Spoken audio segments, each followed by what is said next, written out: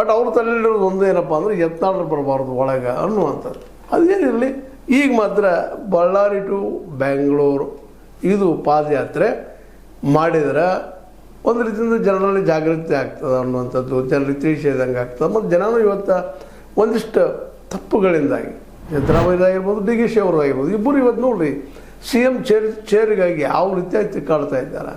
ಜನಸಾಮಾನ್ಯರು ಇವತ್ತು ಮಾತಾಡೋದು ಇವ್ರು ಬೇರೆ ಉದ್ಯೋಗ ಇಲ್ಲ ಏನ್ರಿ ಎದ್ದ ತಕ್ಷಣ ಇದಾನ ಅನ್ನುವಂಥ ಮಾತು. ಸಿದ್ದರಾಮಯ್ಯರಿಗೆ ಇಷ್ಟು ವಯಸ್ಸಾಯ್ತು, ಇನ್ನೂ ಮುಖ್ಯಮಂತ್ರಿ ಆಗಬೇಕು ಅನ್ನುವಂಥದ್ದು ಯಾಕೆ ಅನ್ನುವಂಥದ್ದು.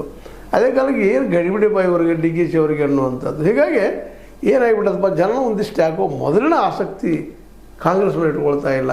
ಮತ್ತು ಯಾಕಂದ್ರೆ ರಾಹುಲ್ ಗಾಂಧಿ ಅವರು ಇನ್ನೂ ಜನಮಾನಸದಲ್ಲಿ ಹೊಕ್ಕಿಲ್ಲ ಅನ್ನೋದು ಅಷ್ಟು ಸತ್ಯ ಎದ್ದು ಕಾಣ್ತದೆ ಇಲ್ಲ. ಈ ನೆಲೆಯಲ್ಲಿ ಹೊಸ ಒಂದು ಚೇಂಜ್ ಬೇಕಾಗಿದೆ.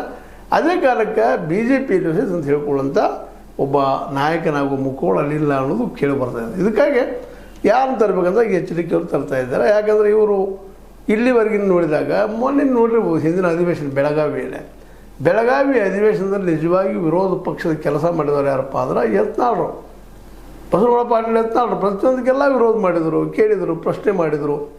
ಅಲ್ಲಿ ಯಾರಿಲ್ಲ ಆರಿಸಬೇಕಾಯ್ತು, ನಮ್ಮ ಏನಪ್ಪ ವಿಜೇಂದ್ರ ಅವರಾಯಿತು, ಆ ಪ್ರಮಾಣದಲ್ಲಿ ಎದುರಿಸುವಂಥದ್ದು ಆಗಲಿಲ್ಲ. ಆ ಒಂದು ಸಭೆಯಲ್ಲಿ ಸದನದಲ್ಲೇ ಆರ್ಗ್ಯುಮೆಂಟ್ಸ್ ಒಂದು ಅರ್ಧ ಸಲ ಮಾತಾಡೋದು ಎಬಿಲಿಟಿ ಇಲ್ಲದಂಥವ್ರು ಅದಾರಪ್ಪ ಅನ್ನುವಂಥ ಮಾತುಗಳು ಕೇಳಿ ಬರ್ತಾ ಇದ್ದಾವೆ. ಹೀಗಾಗಿ ಹೊಸ ನಾಯಕರನ್ನ ಹೊಸ ಪರಿಸ್ಥಿತಿ ಹುಡುಗೋ ಸಂದರ್ಭದಲ್ಲೇ ಒಂದು ಕಡೆ ನಮ್ಮ ವಿಜೇಂದ್ರ ಅವರಿಗೆ ಮತ್ತು ಅಶೋಕ್ ಅವರಿಗೆ ಈ ಜನಾರ್ದನ ರೆಡ್ಡಿ ಅವ್ರನ್ನ ಬೆಳೆಸಿದರೆ ಇದು ಬೆಳೀತಾರೆ ಯಾರು ಬಳ್ಳಾರಿ ಈ ಪಾದಯಾತ್ರೆಯಿಂದ ಅಂದರೆ ಮುಖ್ಯವಾಗಿ ಅದರ ಲಾಭ ತೊಗೊಳ್ಳೋರು ನಮ್ಮ ಜನಾರ್ದನ ರೆಡ್ಡಿ ಮತ್ತು ಶ್ರೀರಾಮುಲು. ಅವ್ರು ನಾಳೆ ನಮ್ಮ ಕಾಂಪಿಟೇಟರ್ ಆಗ್ಬೋದು ಅನ್ನುವಂಥ ಭಯನೂ ಇಲ್ಲಂತ ಹೇಳಲಿಕ್ಕೆ ಆಗೋದಿಲ್ಲ. ಹೀಗಾಗಿ ಈ ಒಂದು ಬಳ್ಳಾರಿ ಬೆಂಗಳೂರು